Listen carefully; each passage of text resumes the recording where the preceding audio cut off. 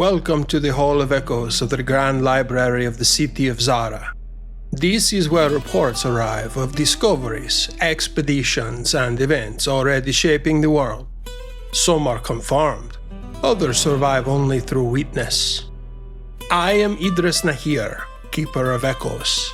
I mark what is known and I name what is uncertain, because silence is also a choice. These are the matters before Zahra. Today I have a rather unusual symposium to share with you. By now, I'm sure you are all very used to me sharing the stories of other kinfolk. That's how this works. Expeditions return with journals, and I detail their grand adventures for all of you. Today, I'll be turning the attention to myself. As I mentioned recently, my life has come under threat. I was attacked before a symposium 2 weeks ago, and we have been working to uncover the details about why ever since. We still might not know everything yet, but we have uncovered enough information about my attack to be worthy of sharing. And yes, as I suspected, the seemingly ever-present heirs of the new dawn are responsible. But before we begin uncovering these details, we should discuss current affairs. What's happening within our city has grown more chaotic by the moment. After the Malik's assassination, all of our peoples have been scrambling to get their footing. Yorgios has officially acceded to his new position as Malik, and is attempting to fix a lot of the issues that have arisen.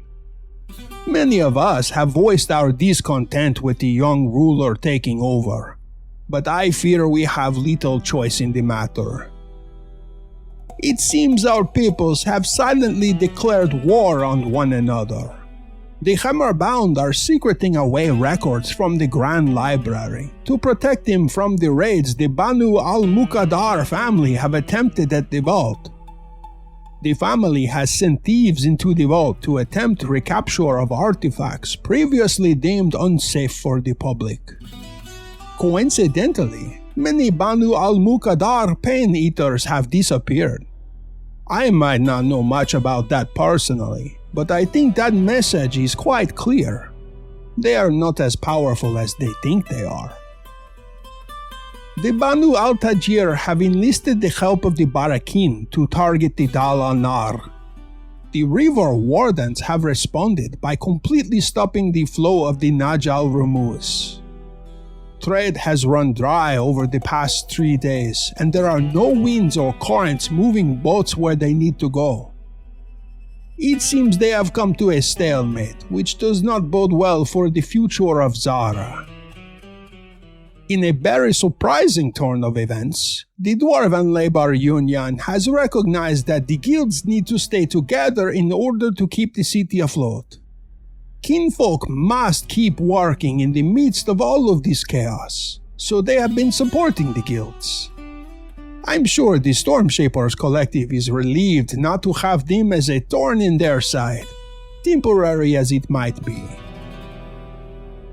Amidst all of the chaos, the Ruad al-Major have been taking advantage of this prime opportunity to profit on forbidden arcana. They have been teaching forbidden grammaturgy to anyone with enough fulgurite to learn it. I would guarantee that to be an issue we must deal with in the future. Also taking advantage of the chaos are the Horde Keepers, who are trading in secrets at levels we cannot even begin to comprehend. Right now, they might be the wealthiest Zahra has to offer. I feel it is my civic duty to remind all of you that the Malik's death was a punishment that not all of us agreed upon before it was doled out. The chaos that has fallen on our city since the week of his assassination has been unprecedented. We are already in trying times dealing with threats we still don't understand.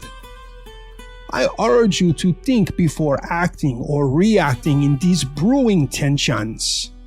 The more we drive each other apart, the harder it will be to stand together when the time comes. and I promise you, the time will come soon where we must stick together. The documents I am about to read to you today should remind you of this. Without further delay, I shall begin.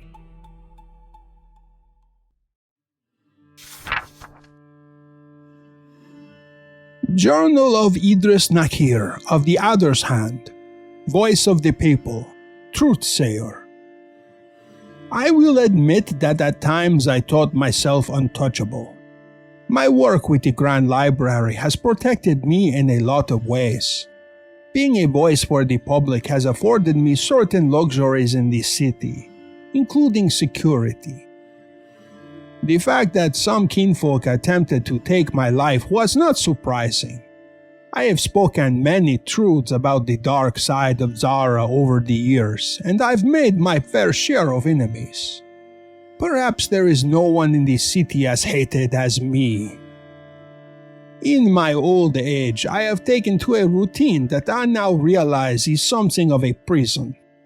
I wake up in my home every day and go for a walk before heading to the library. I spend the rest of my days among the stacks of books reading over tomes, venturing into the depths of the vault to study artifacts. But most importantly, I am always around to hear the stories those of Zahra are willing to share. It is my accessibility through the library that afforded me the opportunity to host the symposiums every week. But now I fear I will have to change my ways. This attempt on my life has shaken me deeply. I might not be afraid that another attempt will be successful, but soon enough, those looking to end my life will learn my weaknesses. I won't be sharing those willingly, of course. If anyone is intending to find them, I encourage them to try a little harder. Sitting in my bedchamber now as I write this journal, knowing well enough that I'll be reading it aloud, I feel as though I am carving into myself. In all of the years I've hosted this symposium, this is the first time I have ever read my own words. I can only hope that this first time will also be the last. But I suppose if I am going to be sharing this, I should begin where all stories naturally do, the beginning. Not even a full 2 weeks ago, I was set to take the stage for a symposium discussing the aftermath of the Dreamer's Drift Plague. I had plenty of news to share. Discoveries had been made in investigations that I thought the city needed to know. Perhaps I was less than discreet in my disdain for the new people, the heirs of the new dawn. I was quick to blame them for the Dreamer's Drift. I am no young man. I've seen the cruelty of this world time and time again. I have seen how different peoples of our city will sacrifice others for their own gain, as if the lives they lost mean nothing. It seemed like a natural assumption to assume a hungry new people would be so ruthless. My initial accusation might have been baseless, but I am now aware that my attempted assassin was in fact a member of the heirs of the new dawn. I'll not spend much time reliving the moment I realized what was happening.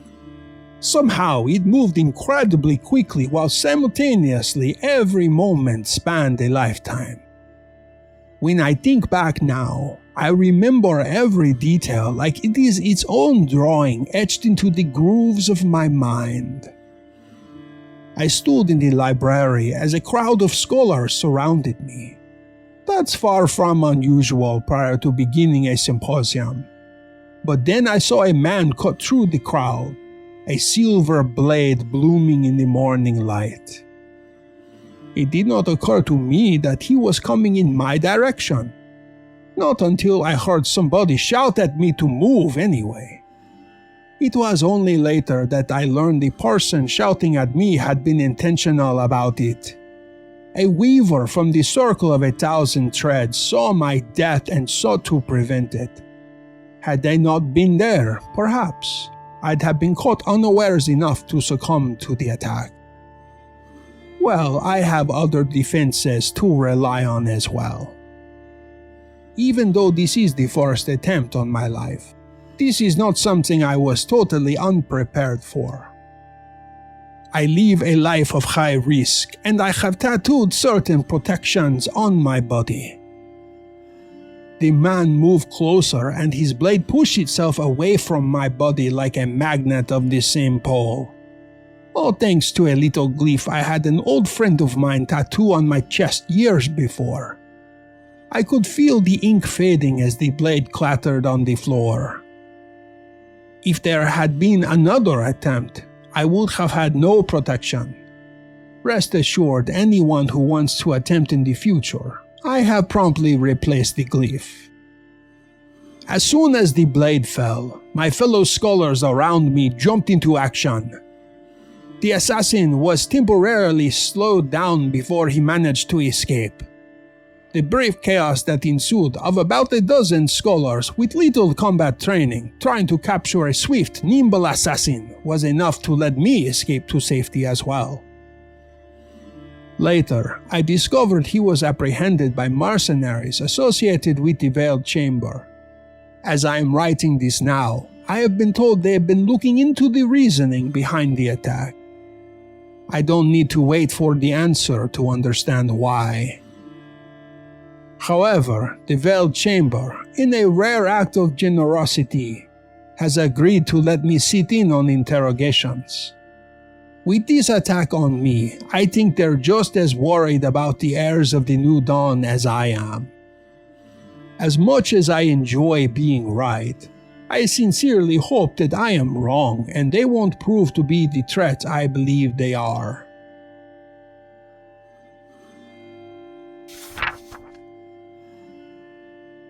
Journal of Idris Nahir of the Adder's Hand, Voice of the People, Truthsayer. It is not often that I see goblins roaming the streets of Zahra. Knowing how they operate, I would say there is a good reason for that. The moment I met Ramjin of the Wylde chamber, devourer of time, I knew the interrogation would be brutal. Upon looking at him, he almost looks like a normal gnome, like one of the gardeners of mycelial memory. But the longer I stared at his sharp, angular face, I saw just how much he differed. His skin was pale and sallow, almost jaundice, like he was struggling with some deep illness. Deep wrinkles were set into the grooves of his cheeks, and he appeared to have no hair at all on his body. His disposition was immediately discomforting. I would not expect most kinfolk working with the Wylde chamber to be cheaper by any means. Their work begets a kind of internal angst that I cannot begin to understand. But he seemed almost eager to begin, and I could see by the way his eyes did not move when he smiled that he was not used to it. Interrogating my attacker was going to be a rare treat. I sat against a wall as Ramjin situated himself at a small table. He had no tools or notes. He simply sat and folded his hands in his lap with an almost gentle smile. One of the mercenaries brought my attacker in, and I felt my muscles stiffen at the sight. His eyes landed on me, and I did not see any malice or hunger to finish his job. He stared through me like I was just any other citizen. He was introduced as Tazim. He shared no other titles than that. I assume he has some, otherwise he would not have been chosen as the assassin by these people. But then again, he did fail in his task, so perhaps he is still green. When the interrogation began, Ramjin was calm. If I did not know what I did about goblins, I would think he is even friendly. He asked Tazim about his accommodations, making sure he felt he was well fed and cared for. A distinct odor radiated off of Tadzim, no doubt from the lack of clean baths. Still, he did not complain. After the pleasantries concluded, Ramzin asked Tadzim to explain what happened. He sat silent for a few moments as if debating whether or not to speak. Eventually, he spoke up and told us that he was sent to kill me because I had been speaking heretically. He offered no more information despite how Ramzin pried. The conversation turned toward the heirs of the New Dawn. Nobody was doubting that he was a member, not even Tadzim himself. Ramzin was focused on more information. He wanted to know why the New Dawn was operating the way they were, what their plans for the future might be, and who amongst the upper echelons of Zahra were connected. As Ramzin asked about important kinfolk in the city, I could see Tadzim react. There was a secret he was obviously keeping, something I imagined to be more sinister and overwhelming than I might have originally thought. I had to wonder who else might be involved. Could my own allies or friends be plotting against me? The conversation did not lead anywhere, so Ramzin told Tadzim about how he would find the truth. He explained what emergent kinfolk like him feed on. Not the delicious fruits and vegetables brought into the city, nor the pillowy bread and honey mead one might find in a tavern. Ramzin feasted on memories. I felt myself getting excited. It sounds deranged to say, but I knew we would finally get answers. If Ramzin was going to eat Tadzim's memories, then he would discover all the truth of the New Dawn. He explained how it would work almost academically, like he was giving a lecture. Memory is fickle. It can be manipulated and attuned to fit a situation. So Ramzin was going to break him down. Happy memories would provide him with the resilience he needed to fight against all kinds of torture. They're always ready to fall back onto reminding a person of what they are fighting for. Without those, Ramzin would break him. Tadzim told us he was not afraid, and Ramzin showed him that he should be. He started with memories from his childhood. Tadzim's entire face contorted in pain as Ramzin reached a hand out for his head and closed his eyes. Ramzin licked his lips hungrily, like a delicious roast was sitting down in front of him and he was waiting to feast. The first memory he found was a birthday celebration Tadzim shared with his family. Ramzin smacked his lips as he recounted the details as if he were watching it unfold in front of his own eyes. Beautiful music played from a hired harp on a rooftop garden with Tadzim surrounded by loved ones. His mother captured starlight in lanterns through dramaturgy, and it twinkled all around them while they feasted on homemade food, with a large cake saved for dessert. Tadzim's face was empty as the memory was taken from him. He stared blankly like he was watching it all slip away. Then, when it was all gone, he wrinkled his eyebrows as Ramzin described it because he had no recollection. Ramzin asked him again if he wanted to lose any more memories, and Tadzim hesitated before saying he would not speak. So Ramzin targeted more memories. He latched onto the memory of Tadzim's mother, realizing that she was an important person in his life. He sifted through them as if he were looking through a cabinet for files, and he pulled them out. tasting them like one would a fine wine. It did not take long before he reached an end. Tadzim refused to speak, and all memories of his mother were wiped away. An entire lifetime of being raised by a kinfolk, of loving them more than anything in the world, was taken. All for these people he has sworn fealty to. Tadzim remained stoic while the memories were taken. Then Ramjan started asking him questions about his mother. I will have to admit, I shamefully felt sympathy for my attacker, seeing the panic unfold in his eyes as he realized he did not know her. An entire part of his life was taken from him, and he could do nothing to get it back. He was afraid. Ramjan was going to take everything from him if he needed to. He was truly insatiable for the memories.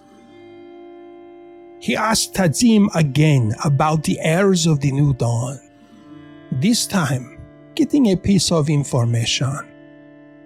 Ramjan wanted to know who might be lying about their affiliation with the people.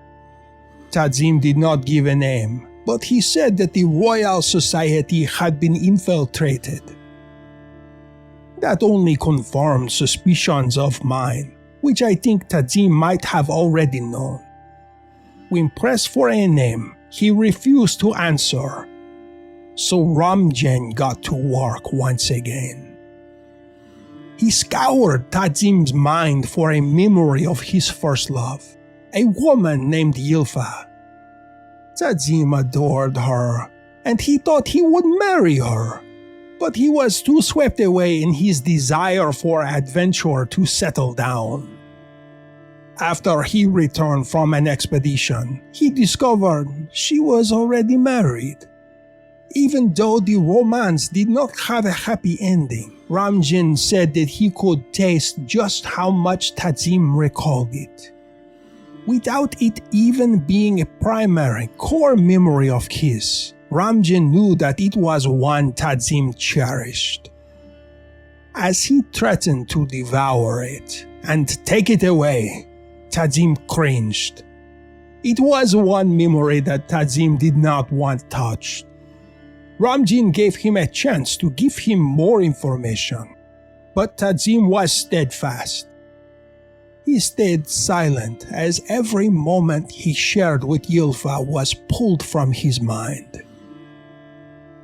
When it was over, Ramjan asked him to recount a tale about his first love, and he couldn't.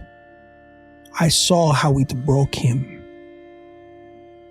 Ramjan did this over and over, pulling out all of Tadzim's favorite memories and drinking them down like water. I saw Tadzim transform before my eyes. All the life he had when he walked into the room was drained, as Ramjan left him memories only of grief and shame and tragedy. Tadzim fought hard against it, but he was shattered by the time Ramjan was done. But in the end, Tadzim revealed something we did not know. A name. No titles, no renown, but a name associated with the Royal Society. Anbara.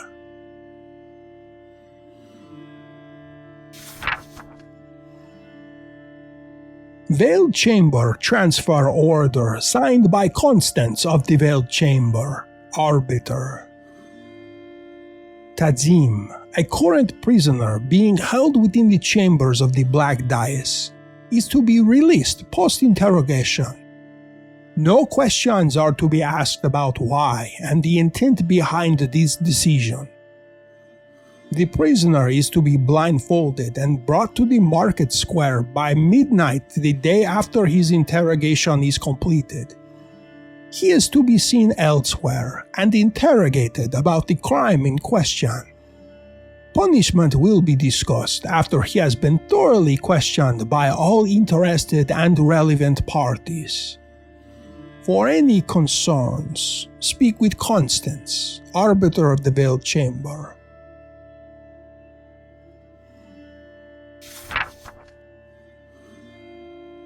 Banu Asrar Tribunal Meeting Notes, filed by Nadi of the Banu Asrar, erudite scribe.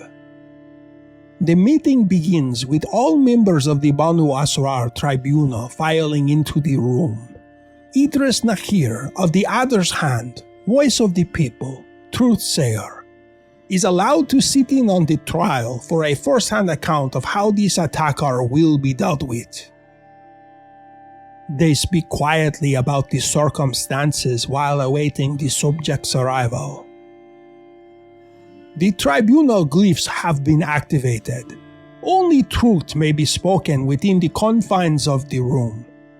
This means that the subject will only be able to speak the truth, but he will not be compelled to speak against his will.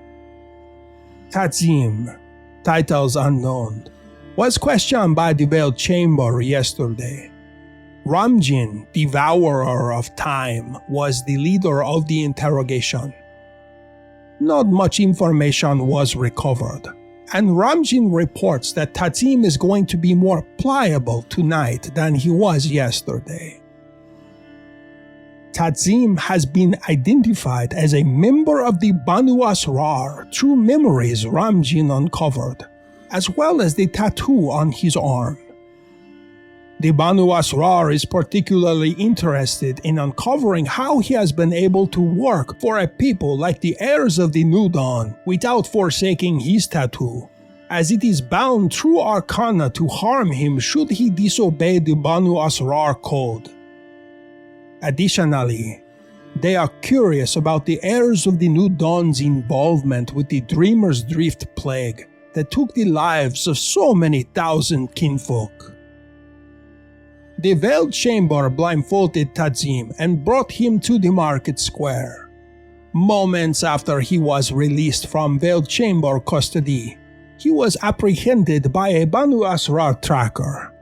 He was immediately brought to a holding cell where he was fed and bathed in an effort to make him feel more comfortable. The door opens, and the guards walk Tazim into the tribunal. The masked judges sit at their dais and look down at Tazim as he is seated in front of them. Judge Witness orders the guard to raise Tazim's sleeve so he can inspect the tattoo himself. He walks around and grabs Tazim's arm, tracing a finger over the faded ink. He announces to the rest of the judges that there is no altering, no scars or disfiguration of the pattern that would somehow remove his obligation to the Banu Asrar. Judge Witness returns to his seat and all of the judges focus their attention on Tazim. They ask him about the Heirs of the New Dawn, and he informs them of how he came to join. Tazim hesitates before explaining how he joined. He was loyal to the Banu Asrar for 10 years, and he felt as though it was leading him nowhere. He joined the Banu Asrar when he was in his early 20s because he felt lost after returning from an expedition. He was under the impression that the Banu Asrar would provide him with some sort of family or comfort. But he realized that by getting the tattoo, he was stripping all of that away. He was not allowed to marry. He was not allowed to see his family. And he swore off all work and vowed only to live on the spoils of thievery, as all of the Banu Asrar members do. Over the years, he moved between the highs and lows of the spectrum of thievery. He was a somewhat accomplished assassin, but that work did not fulfill him. He felt as if he was drifting aimlessly when he met Anbara of the Royal Society. She introduced him to the ethos of the New Dawn, and he found comfort in it for the first time. He toured their facility, which he did not share the location of, and found that his purpose was suddenly clear. Over the past several months, he has dedicated himself entirely to the cause. When asked why he targeted Idris, Tadzim simply said that he was a nuisance that they wanted to deal with. He did not elaborate further, however. Judge Redress insinuated that Idris was onto something when he suggested the New Dawn was responsible for the Dreamer's Drift, and Tadzim did not deny it. Judge Redress informed Tadzim of the current death toll of all those who perished during the drift. Almost 3,000 kinfolk. And that is not even a final count, as more kinfolk are still missing and bodies have been burned to the extent they are unable to account for them. Judge Equity asked Tadzim what he thought proper punishment for someone involved with this plague would be. Tadzim himself said the punishment begets death. He did not admit guilt, though he did not deny a possible hand in the plague. All three of the judges asked several questions that Tadzim refused to answer. They tried to figure out who else was involved with the heirs of the New Dawn, and if any other peoples and kinfolk of the city have contributed to their people. They tried to inquire about where to find the facility and how they have learned to harness the arcana they have. Tadzim remains silent. Finally, Judge Witness looks at the tattoo on Tadzim's arm once again and returns to that line of questioning. He reminds Tadzim that one of the oaths he made when he took on that tattoo was to never harbor any secrets of injustice. Every judge nods their head in agreement. Judge Witness continues by reminding him that the Banu Asrar is not just a group of thieves. They are the voice of the voiceless within the city, kinfolk who have vowed to protect the vulnerable. To be involved with something as heinous as the Dreamer's Drift plague should have been adversarial to the tattoo. With Tadzim being an admitted member of the Heirs of the New Dawn, their actions should have led to his death. Judge Witness asked Tadzim about what he did to alter the glyph in order to protect himself. Tadzim does not answer right away, but he looks at the judges with a distinct smile. After a few moments of silence, he tells them that justice is subjective. When he originally received the tattoo, he had one view of justice. But over the past several months, that has changed. His new perspective tells him that justice demands to be served through different means, so he never once disobeyed the oath he swore with the tattoo. Tadzim smirks as he sees the alarm in their faces. Without prompting, he tells them that they are right to worry that others among the ranks have betrayed them. Many members of the Banu Asrar have felt dissatisfied with the vows they have made, and Tadzim himself has been instrumental in helping them work around the tattoos. Judge Redress demands a list of names to root out the traitors among their ranks, but Tadzim does not divulge that information. However, Tadzim does share that the heirs of the New Dawn have been successful, and even though Tadzim has been captured and Idris is still alive, they are close to fulfilling their plan. When questioned more, he chooses to remain silent. After several more rounds of questions that go unanswered, the judges decide to send Tadzim back to his holding cell to deliberate. With him gone, they discuss the matter freely. Judge Redress is confident that Tadzim is still withholding information and contemplates torture to force more information out of him. Judge Equity thinks that it might be fair, considering all of the harm the heirs of the New Dawn have implemented. However, Judge Witness feels it might be a waste of time, considering he has already been tortured enough by the Memory Eater. In the wake of that, he has been left with only painful memories, so the torture he endures for more truth might not be much. After discussing possible methods of punishment, Judge Redress suggests that Tadzim be killed for his association with the people, and his body displayed in the market square where the most kinfolk who died during the Dreamer's Drift were discovered. All judges agree that this is a fair punishment.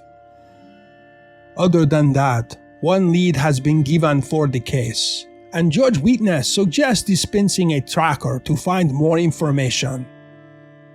The other judges agree that this is a wise decision.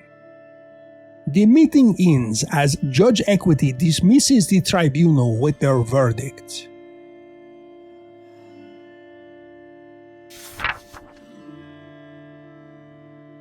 Journal of Idris Nakir of the Adder's Hand, Voice of the People, Truthsayer.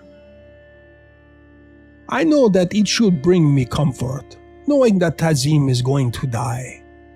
After all, he not only attempted to take my life, but he is a fanatic for a dangerous new people that is threatening to upheave everything we know.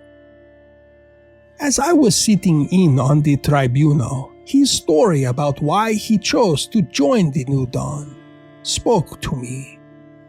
I make it my sacred duty to include the citizens of Zahra in my symposiums. I love the idea of living in a world where we are all equal. Every day, I have come to terms with the fact that this is just a fantasy. No matter who you are in this world, you are going to feel as though you have been wronged.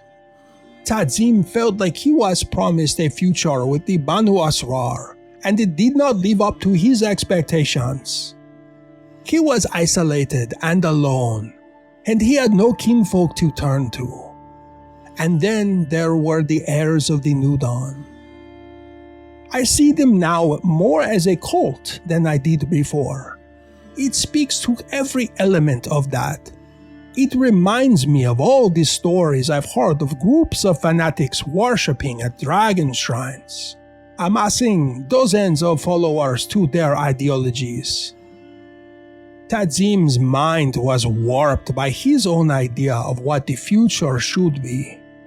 When his life did not live up to that, he wanted an escape, and the New Dawn gave him that. Perhaps my ability to see multiple sides of a situation is a curse right now. I know that I should feel happy. My attacker is going to get the justice he deserves. But I cannot help sympathizing with him. In fact, many of the kinfolk who have joined these people are likely just as desperate as he is. They want to live in a world where they have meaning. And they don't have that amidst the guilds and the aristocracy ruling over Zahra.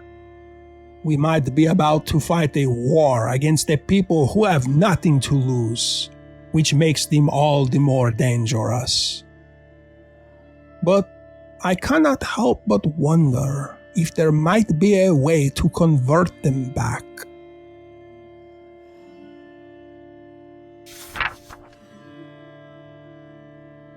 Field Notes of Nadir, Tracker of the Banu Asrar, Ashwalker. Today I am assigned to continue a case presented to me by the Tribunal of Redress. The case brief is about Tadzim, unknown titles, who is an admitted member of the Heirs of the New Dawn.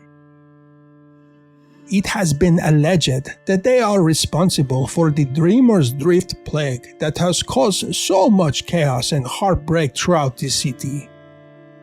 Additionally, Tadzim is responsible for an attempted assassination against Idris Nakir. Throughout his investigations, he gave one name associated with the Royal Society of Zahra, Anbara. The name was deemed to be truthful through Ramzan, devourer of time, as well as the tribunal themselves, thanks to the glyph that prevents speaking lies. I've considered my options for figuring out who this person is. I think the odds of actually finding them within the Orrery of Insight are going to be slim. The assassination attempt on Idris was not discreet, and it would be the sensible thing to go into hiding in the wake of it. But then again, perhaps there is a chance that Anbar has no idea Tazim said their name. I began my quest for knowledge in the Orrery of Insight. The Banu Asrar provided me with a lovely artifact from the vaults that falsifies credentials. I put on my finest robe and shared the credentials with one of the guards, manipulating the artifact to read that I was a celestial scholar. The small amount of research I did before visiting the orrery helped because I was able to cite some celestial information. A solstice is coming up anyway. That seemed like something a scholar would be interested in. As I made my way through the gleaming halls, I sought out some form of record keeping. I eventually found that when I entered the library. Perhaps it was the busiest room in the entire orrery, but I was not sure where to go. At the front of the room sat a desk where a librarian studiously looked over the ledgers. Behind her, I saw the cabinets filled with information. There were tabs on it in a numerical order, which told me the librarians needed to access information quickly. It felt like a safe conclusion that it would be for members of the Royal Society checking out books. If this Anbara really is a member of the Royal Society, her name must be there. The biggest problem I would face was getting the librarian away from the desk to rifle through those papers without being caught. Luckily, distraction was a skill of mine. The library had many other scholars roaming around, pulling books from shelves and sitting in the plush chairs to read over the information they so hungrily devoured. I knew what I was about to do would not earn me any admiration from the scholars around me, but I had a job to do. I walked over to one of the stacks within eyeshot of the librarian and reached high above. I was always on the shorter side, so kinfolk watching me would easily believe that I might struggle. I climbed on the bottom shelf of the bookcase in front of me, hoping I could tip it over. To my dismay, it was very well put together, and perhaps one of the most sturdy pieces of furniture I have ever seen, which seems like a strange thing to complain about. If I could not lock the shelf over, I would have to be a little less subtle about my accident. I reached the point of my fingers up to the top, as if I was going to grab a single tome, but instead, I swiped 10 of them off the shelf at once. They crashed to the ground with a clatter that caught all of the studious kinfolk's attention. I could see the horror on their faces from the damaged books. The librarian promptly ran around the desk and asked me what I was doing. I tried to explain that I was simply getting a book, but in her fury she showed me away while she tended to the damaged books on the ground. While the librarian was busy picking up the stacks of books, I ran toward the information and swiftly searched through the A's for Anbara. I was searching so quickly I almost missed it, but I found 2 files for that name and I swiped them both before running out of the library. I stashed the files under my robe and found an empty room that I could begin reading in. The first was for Anbara of the Royal Society, daughter of Ilah. She had no renown, but it seemed like she came from a good family. I recognized that her mother was an aristocrat, which told me that this Anbara would likely have everything she ever wanted. Why would someone like that be inclined to join a people like the Heirs of the New Dawn? The second folder seemed to be more promising. Anbara of the Royal Society, Horizon Drifter, Anomalous Scholar.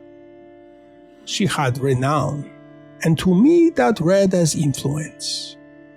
The list of books that she had checked out from the library spanned almost 2 decades. So, she was older and impressive, and someone that I could easily imagine persuading younger kinfolk to follow in her footsteps. Her file listed all of her information. It had where she lived, her family's name, even the amount of fulgurite they donated to the orrery each year. With that information, I left the orrery as quickly as I could. It was only a matter of time before some kinfolk realized there were files missing and it might come back on me. I went directly to the address listed in the file and stationed myself outside. I waited for a few hours, kinfolk walking by and temporarily obscuring my view. Eventually, a kinfolk who looked to be in her 50s walked out with a black cloak around her shoulders. I could not be certain she was Anbara, but she fit the description of someone who has been studying at the orrery for over 20 years. On top of that, she had a look of authority about her that just made me assume she could be someone worth following. She walked away from her house and I waited a few moments before following behind, keeping my eyes steady on her. She did not seem to notice me as she weaved her way through streets and alleys. After a while, she wound up in a tiny basement below a ramshackle house. The entire building was still reeling from the devastation after the Dreamer's Drift. There was smoke damage on the outside and windows had been covered with wood haphazardly. I could not very well go into the basement without drawing attention, so I waited. It took about an hour before she left. I hid around the corner as she walked back in the direction of her home. Then I went to investigate. I listened carefully to see if anyone else might be inside, but I heard nothing. The door was locked, so I picked the lock to pry it open. About halfway through, I realized there was a glyph warding the lock. I am not the most adept with grammaturgy, so I did not know how to disarm it. But I knew how to determine what it was. It was an alarm. It might not hurt me to push the door open and go inside, but the moment I did, someone would know I was there. Given what the Heirs of the New Dawn and potentially Anbara have been accused of, I decided to take the risk. I finished unlocking the door and opened it, walking inside to see a room covered in writing. It was completely empty aside from a shabby wooden table with some off-kilter chairs. All along the walls were papers with names written on them. There did not seem to be any order to the names at all. They were not alphabetical. However, each name had a full title. A majority of the names were ones with renown. At the front of the room, there were a few larger pieces of parchment with names circled in red. I looked at those because I figured they must be the most important. I saw the Malik's name in the center. I was at the last symposium Idris held, and I know that a member of the New Dawn was responsible for killing him. I don't know for certain what the names were for, but I wondered if it was some sort of list of targets. As I look around at the other names for prominent figures, my eyes caught on one smaller piece of paper. A name that is all too dear to me.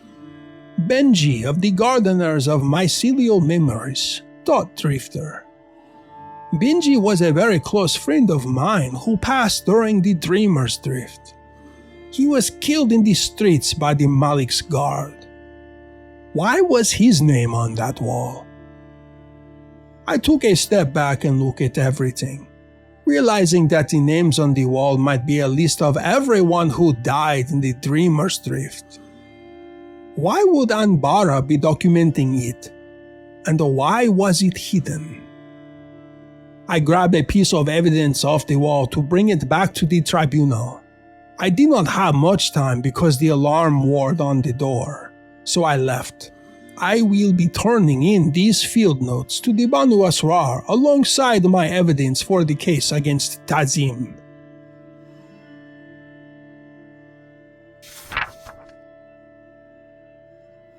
Journal of Idris Nahir of the Adder's Hand, Voice of the People, Truthsayer.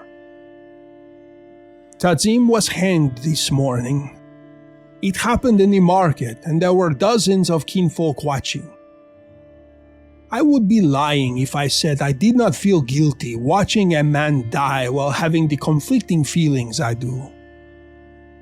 His neck snapped and his face turned blue, and I felt the weight of what I witnessed settle in my chest. A part of me thought I might be relieved, but I was not. Tazim was dead, and in a way, it was an end to a problem of mine. But I know that if the heirs of the New Dawn really wanted me gone, they would just send another kinfolk. I don't think any of this will ever really be over. At least not until the heirs are found and driven out from whatever hiding hole they're in. I just hope we can bring an end to this soon enough. They are already responsible for so much darkness within our city, and the more we can spare, the better.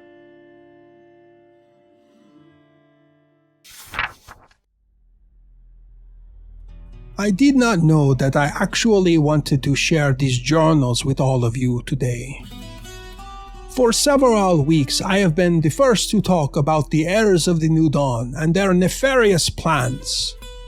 I have been quick to assume that every kinfolk among their ranks is evil and out to destroy our world. And I don't take all of that back now. To do the things they have done takes a level of inhumanity that I don't think any of us here possess. At least, I hope we don't. But I see a different side now. I wonder how many kinfolk are victimized by them in ways we have not thought of. It seems like many kinfolk in the city are looking for a home, and the heirs of the New Dawn know that. I believe kinfolk are being targeted all the time. And after the Dreamer's Drift, with so many kinfolk feeling lost and without their loved ones, I can only anticipate their ranks will grow. I am hopeful that we can find them soon, before they enact whatever plan they have in store.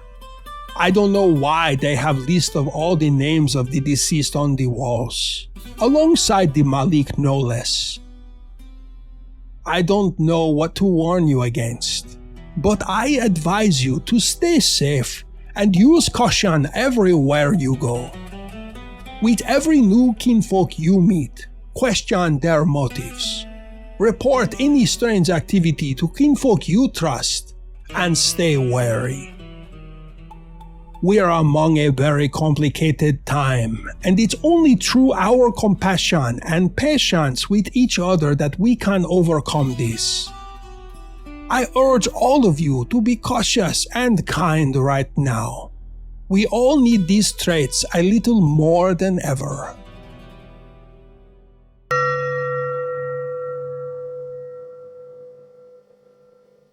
This account is now entered into the record of the Hall of Echoes.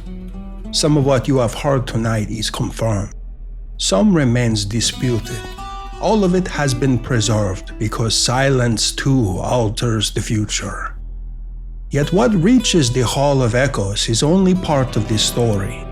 Beyond these public accounts, private conversations continue among those who keep watch over Zahra's future. Those who wish to step beyond the gallery may join these conversations through the library's public ledger at patreon.com/echoes of Aporia. Choose your place among Zahra's many peoples. Hear what the public is not meant to hear. Take part in the conversations that shape which stories endure and which are forgotten. Notes from these symposiums and information about our world can be found in the realms of Instagram, Facebook, and Blue Sky. And if this account proves worth remembering, carry it with you. Share it with others. Repeat it faithfully where knowledge is needed. The hall exists so that truth may travel further than silence. I am Idris Nahir, Keeper of Echoes for the Library of Zahra. No return, no brave stay, no new homes where third sides play, no great heroes, no last stand. Leave the place, take who you can. First you watch and second you go. Third you never choose to know. The world warns soft before it screams. It eats the bold who miss the seams. Those who listen, live and tell songs of places that fell to hell.